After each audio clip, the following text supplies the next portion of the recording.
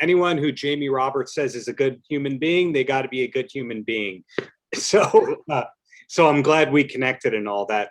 And you're one of those people who I've been seeing the work of for years, but I never put two and two together. That's Archie's work per se. So for example, those Manhattan mini storage campaign slogans, all that. Wow, you impacted millions of lives right there. Thank you. I tried to do that. Yeah, I definitely felt like, just to give you a tiny bit of background on that, I basically had been working in the self-storage business and was doing the marketing, and felt like after a while I was saying the same thing over and over again, like, oh, we're very secure and we have 24-hour service and there's off-street parking, and and it was like, oh my gosh, if I'm getting bored, I must be maybe boring my customers. So I just started to use pop culture, sex, and really brand it in a way that grabbed people's attention. Right. When you think about it, that's exactly what I'm doing with JewBelong. It's just, it's a different product, but I feel the same way. We had a very good storage product, and Judaism is a very, very good religion with a lot of great, just so much great wisdom and great values. It's just sometimes the marketing is off. So it's really the same, very, very same theory for both things. That was the next thing I was going to say and refer to. Your quote of Judaism is a great product, but the marketing sucks. And yeah. I love that, because when I think about my childhood, I hated Hebrew school. I hated my synagogue. But had they all along reinforced that, you know, the Beastie Boys were Jewish. You know, these people from Saturday Night Live were Jewish. Did you know these athletes are Jewish? Did you know that Rick Rubin, who produced all these albums by Slayer and Andrew Dice Clay's Andrew Silverstein, had they reinforced that end of it, the marketing, the branding, I might have become devout as a kid. I'm not asking, did you have the same exact thing, but have you heard that from other people? Yes. Oh boy, yes. I've heard sort of that, you know, Hebrew school turnoff situation. And I have also heard that feeling that they weren't good at it. You know, I couldn't go on Wednesdays because when I was in 6th grade, I went to play baseball instead. So I stopped Hebrew school, and therefore I never caught up. And therefore, I mean, it seems so silly, but it's real for a lot of people. Therefore, I am now not like a good Jew because of a decision I made when I was, 11 years old, which is, it's one of the only things I know where people often take a, slightly random decision and have that be a decision that guides the rest of their life. I'll tell you my own sort of. Please do. In Yiddish, the word for sort of craziness and like is mishigas. Yes. And so like my own mishigas is this, that I'm one of four girls, and I'm the second of 4. And for some reason I'm still not quite, it's hard to pin my parents down as to like why they made this decision, just whatever. But all of my sisters went to Jewish day school, and I always stayed in public school. So for this particular reason, I was the least Jewish member of my family. The least Jewish. I was the least Jewish member of my family. If you said, who's the most Jewish? I could have told you who's the most. She's the second most. In fact, I have a sister who is a modern Jewish, she's modern Orthodox, and she actually lives in Israel. And jumping many, many years forward, my own daughter once said to me, she's like, they're better Jews than us. My youngest sister, because like they're more observant, or well, she said they're better. And I was like, okay, hold on. Because by this time I was doing JewBelong, and I was like, they are not better. They are more observant. There is a big, big difference between a better and more observant. And therein kind of lies the tension of what lots of Jews sort of suffer with. But back to when I was a kid, it's like, I mean, I'm not kidding. Every Passover, like Passover's coming up and I'm very excited about it. But I would sit at the table and there's, I think the song is Chad Gad Yah. It's one of the Hebrew songs that is not as easy to sing, or maybe it was Dayenu, but with the one with all the verses after the beginning, then it gets harder and harder and harder because it's always adding it. Yeah. And like by the last verse, there were like 3 people singing the song. And it wasn't me. It was like my sister and the other sister and like maybe a cousin who'd also gone to Jewish day school, because like everyone else is sitting like, you know, we join in the verses. And like, that stays with you, that kind of stuff. It just stays. It's like, oh yeah, I'm the least Jewish. That's why I'm not singing, because I'm the least Jewish. Are you also not that Jewish? Oh, good. Let's sit together. That's what I want to know with JewBelong. It's like, you're not that Jewish either. Come on, let's sit together and we can still enjoy this. Yeah, and there was the Manhattan mini storage style headlines or tags you put out about, you know, about like, you like bacon, so what? I think there's bigger problems out there. And I think over time, you know, bacon's become acceptable. You in fact meet more Jewish people who do eat bacon than don't. Or at least that's my experience out here in still a predominantly kind of Jewish town. But to you know, repeat something along the lines of what I was saying, my favorite rock bands of all time, Van Halen, aka David Lee Roth, Kiss, aka Gene Simmons, Chaim Vitz, and Paul Stanley Eisen, had it been reinforced from a young age of, hey, all the things that you think are cool have Jewish roots in them, maybe I would have turned out a little differently. So I think that your organization is getting people in the right way, in the right direction, and avoiding the guilt, which is wonderful, because how many people did abstained a little bit because of the guilt? Yeah.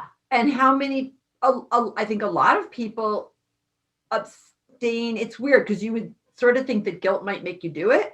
But I think that, you know what I mean? Yeah. But I think that guilt also makes you feel that if you're not going to do it all, then why bother? That's actually something that JewBelong is really like slightly obsessed about, is that, oh boy, there's this sort of thing in Judaism where it's like, let's just say that I like, okay, you know, do Passover, and JewBelong's like, how, obviously we're really advertising Passover, and we have a great Passover Haggadah, and it's so good. I'm so excited about Passover.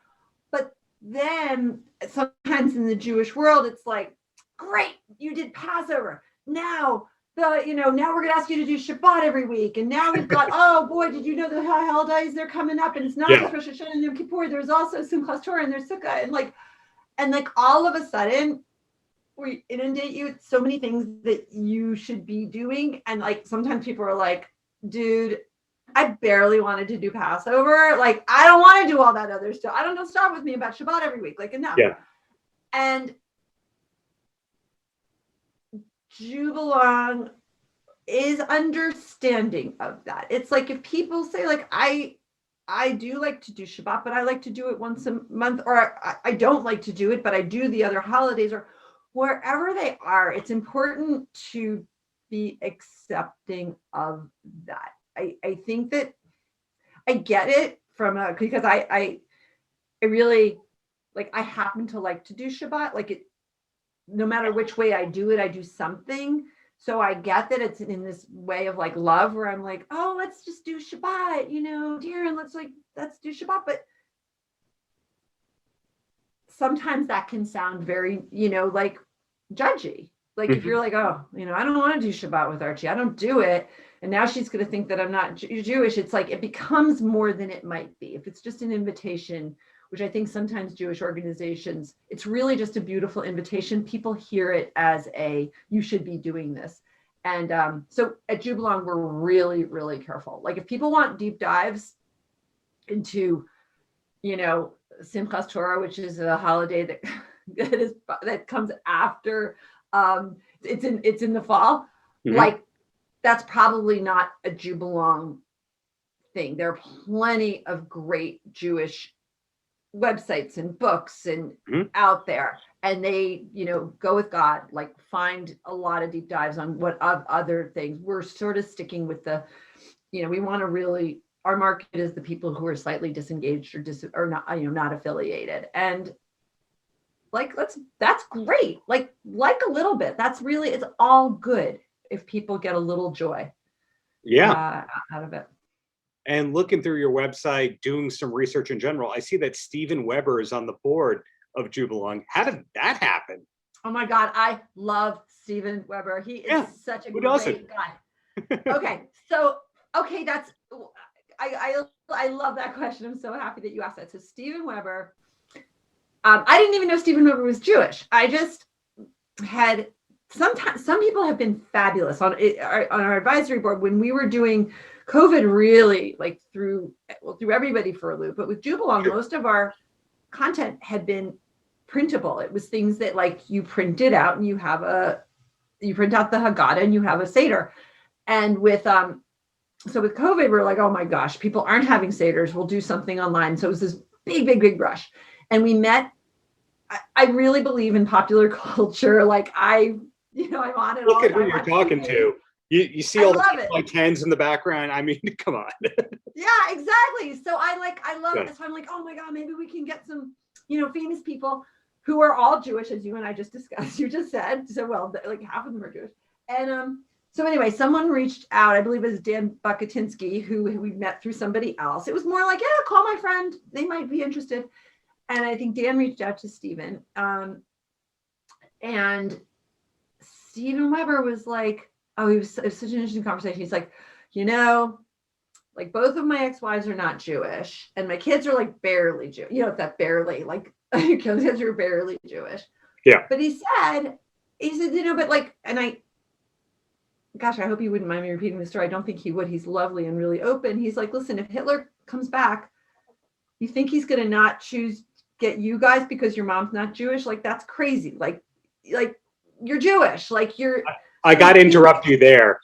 Gilbert Gottfried says that same exact line all the time. He said, if Hitler comes back, do you really think I'm exempt from all the atrocities? Right. Because I eat bacon. Yes, exactly.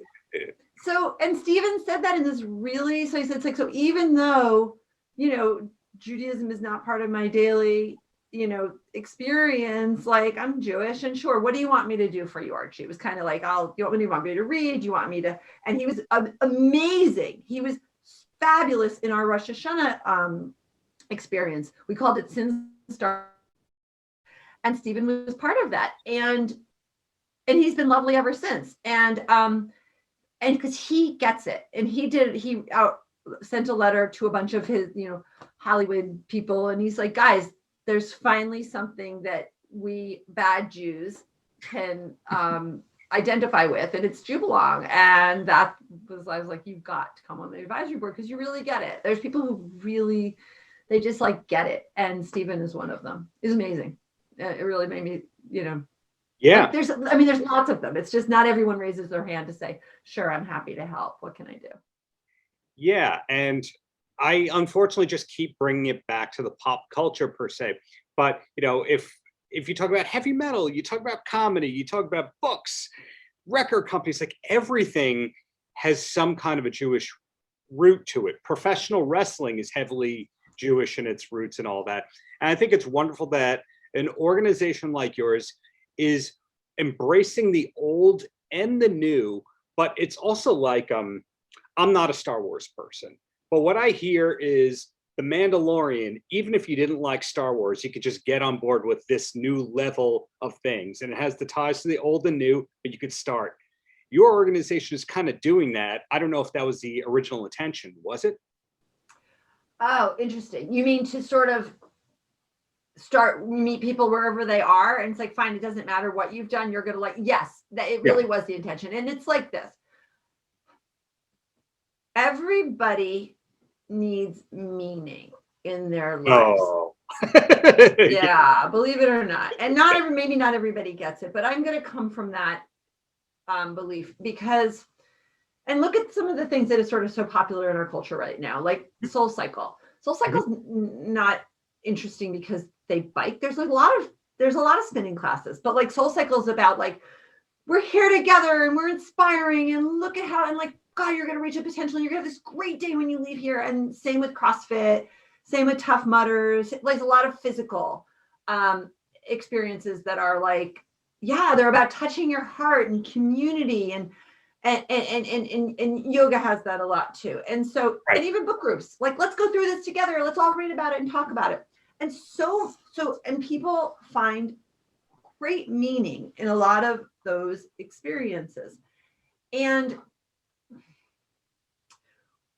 what JewBelong is doing is saying, and that's fine, like people can find their joy wherever they want it, but they're looking for meaning. And sometimes Jewish people are the ones who are seeking for meaning, and they just don't realize that Judaism has that in spades. We've had it for thousands of years.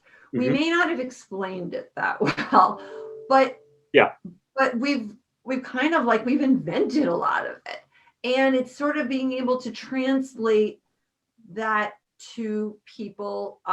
So say, yeah, this absolutely has everything to do with your day-to-day life. And it's not archaic, and it's not, old fashioned. It's like, what's old fashioned about having dinner with people that you love and blessing your child once a week? Like that's what it is. Or what's archaic about, one of the popular parts of our website is Shiva, when people die, because Jews happen to do death very, very well. I think the laws around mourning and Shiva are just, they're so smart, and they're so thought through, and they're so like, it's exactly when people need directions. Like, you don't want to figure out what to do when your grandma dies. You want to somone to tell you, this is how we're going to do this. This is what you do now. It's really quite something.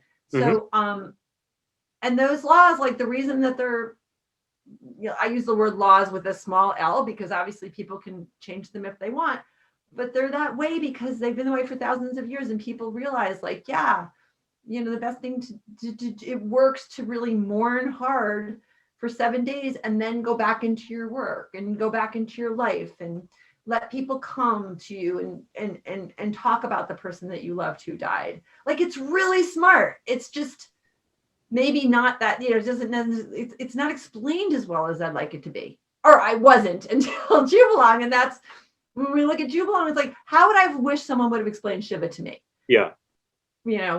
Rather than, oh my God, I'm going to go on a Shiva call. I don't know what to do. I don't know what to say. I don't know what to wear. I don't know what to bring. I heard you can't bring flowers. Can you bring flowers? I don't know. It's like all these things. It's like, it's not that scary if you just like, we try to really break it down for you and tell you, both as someone who's visiting someone who's had a friend who died, or someone who had a loss. Judaism is just, there's such wisdom in it.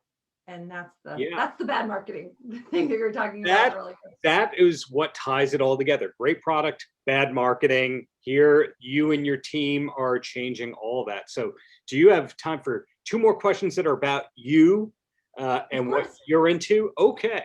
The first question, what TV show can you recommend to somebody who needs a new show to start? And it's okay if Steven Weber's not in it, and there's no long tie-in, and no cast members are Jewish. That's still fine. Oh my gosh.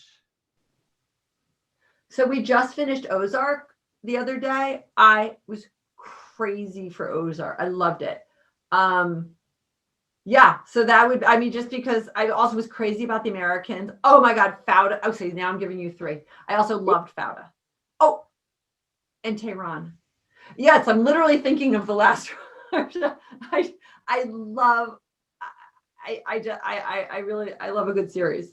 So those are my favorite 4 series that I sort of still in my brain. Things I remember, things I'm keeping with me. You remember, exactly. And my closer for you, and this can be as self-promotional as you want. It can include as many self-plugs as you want, or none at all. And that's Archie. Any last words for the kids? For the kids? Sure. Okay, I'm going to give one. Please. These are the last words for the kids. And it's a JewBelong thing. And it is, it's sort of what I do. It's why I feel like I'm on this earth, is to sort of help to sort of be a blessing. I hope that doesn't sound too corny, but here it is. Sometimes if you look at, let's just say you look at JewBelong, the kids who's out there, and you're like, this would be really nice, but I don't want to share this because I've never done something like that before. I've never sent someone a nice blessing. I've never had a Shabbat and tried to make it, tried to create a sacred space or a spiritual space, because those words are really scary to me. And it's just not what I do. That's what other people do. Like someone might say to me, like, that's what you do. That's not what I do.